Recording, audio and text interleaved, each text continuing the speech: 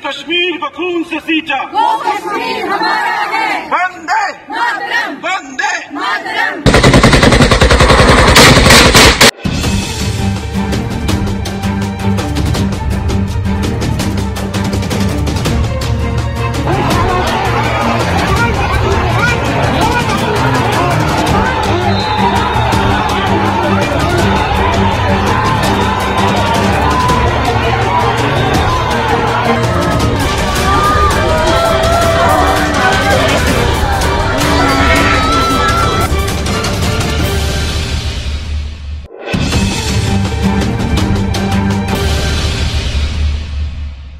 नमस्कार, मैं Vikrant Singh the roasted journalist में आप सभी का एक बार फिर से स्वागत करता हूं। ये वीडियो किसी भी धर्म, जाति या किसी की भी भावना को ठेस पहुंचाने के लिए कतई नहीं है।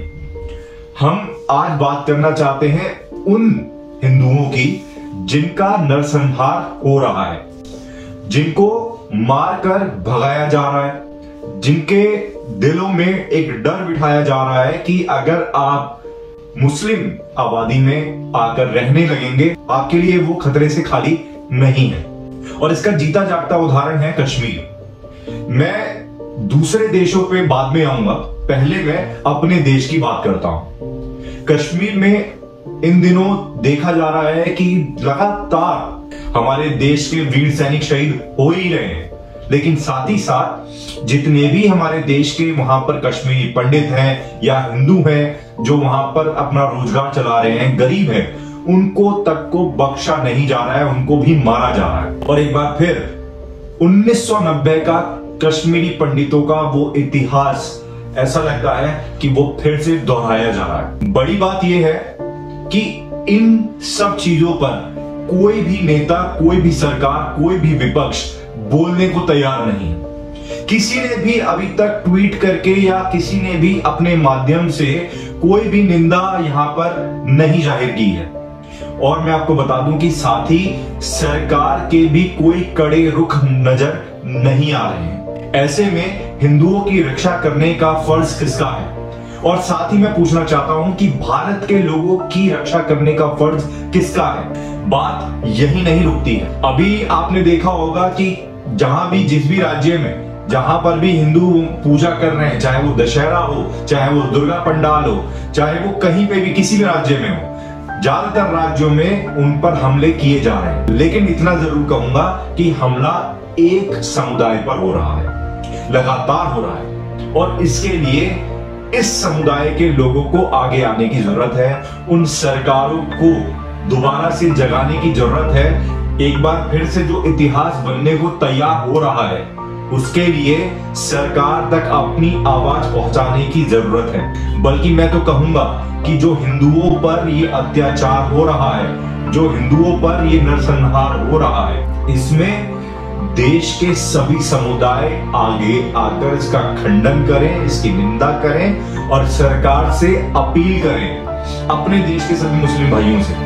मैं ये कहना चाहता हूं कि सौहार्द बनाए रखने के लिए जैसे हिंदू आपके अत्याचारों पर आगे आकर आवाज उठाता है, वैसे ही और उसी तादाद में जब हिंदुओं पर हमला होता है तो आपको भी आगे आकर आवाज उठानी पड़ेगी। आप अगर बात नहीं करेंगे, अगर आप मुद्दे नहीं उठाएंगे और अगर आप चुप रहेंगे तो सवाल सीधा आपके ऊपर जाएगा। इसलिए हम सभी के लिए जरूरी है कि हम एक दूसरे के साथ खड़े रहें, एक दूसरे का साथ दें, और अगर कहीं पर भी कुछ ऐसा होता है जिसकी वजह से किसी भी भारतीय की जिंदगी खतरे में आती है तो उसके लिए हमें एकजुट होकर खड़ा होना पड़ेगा। कश्मीर में भी कुछ मुसलमान हैं जो नहीं चाहते कि भारत के लोग उनके साथ रहें। वो नहीं चाहते कि भारत में शांति कायम हो, वो नहीं चाहते कि घाटी में शांति कायम। इसलिए वो लगातार पाकिस्तान के आवाम का और पाकिस्तान के आतंकवादियों का समर्थन कर रहे हैं, उनको अपने घरों में छुपा रहे हैं। हालांकि ये एक उनके लिए भी बहुत बड़ा खतरा है, क्योंकि आतंकवादी कभी भी किसी धर्म को देखकर अपनी गोली नहीं चलाते। अगर भीड़ में उन्होंने गोली चलाई तो वो गोली किस धर्म के इंसान को लगेगी ये कोई तय नहीं कर सकता है। इसलिए आपको भी समझना पड़ेगा कि ये आपके लिए भी बहुत बड़ा खतरा है। भारत सरकार कश्मीर के लिए बहुत सारी परियोजनाएं लेकर आई, अभी भी बहुत सारे ऐसे विकास के कार्य वहां पर हो रहे हैं जिनसे कश्मीर के युवा आगे आकर अपना रोजगार बना सकते हैं, अपनी जिंदगी बना सकते हैं। पुलिस से लेकर भारतीय सेना तक उनको अब मौका दिया जा रहा है कि उनको भर्ती किया जाए और उनकी जिंदगी बेहतर बनाई जाए। केवल टूरिज्म के जरिए ही उनकी जिंदगी बेहतर ना हो, उनको भी अलग अलग मौके देकर पूरे देश में उनको आगे बढ़ने का मौका दिया जाए। लेकिन इसके बावजूद भी अगर वहां पर इस्लामिक लोग ये सोचते हैं कि हम पाकिस्तान का समर्थन करके हम भारत के लोगों को वहां से भगा देंगे या हिंदुओं को मार देंगे, उनके मन में डर पैदा कर देंगे, तो ये आपकी सोच बिल्कुल गलत है। क्योंकि जिस दिन भारतीय सेना को फ्री हैंड मिल गया उस दिन शायद कश्मीर के अंदर ऐसा कोई व्यक्ति नहीं बचेगा जो इस तरीके की सोच रखता होगा। मैं एक बार फिर आप लोगों को कहना चाहता हूं, आगे आइए, क्योंकि अभी बांग्लादेश में, मैं आपको बता दूं, शायद कोई मीडिया आपको ये बात नहीं बताएगा, बांग्लादेश में 25 से ज्यादा हिंदुओं के घर जला दिए गए, कई हिंदुओं को मार दिया गया, पूजा पंडाल को तहस नहस कर दिया गया और पुजारी की हत्या कर दी गई। ये सब बांग्लादेश में हुआ। लेकिन बांग्लादेश का तो छोड़िए, हमारे देश के भी मुस्लिमों ने इस बात का खंडन नहीं किया।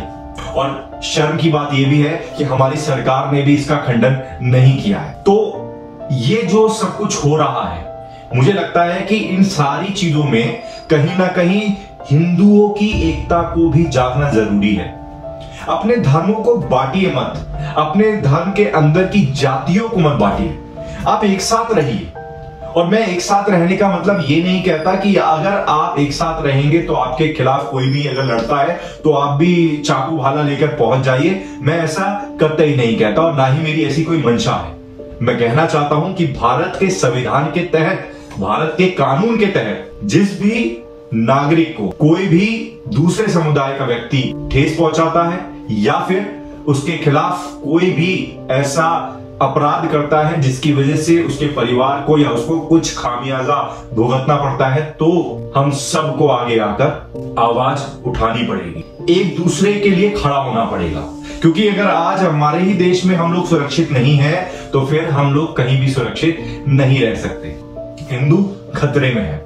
मैं उनसे पूछना चाहता हूं कि 7 साल पूरे होने के बाद भी राष्ट्रवादी सरकार के अंदर अगर हिंदू आज भी खतरे में है तो ये गलती किसकी है?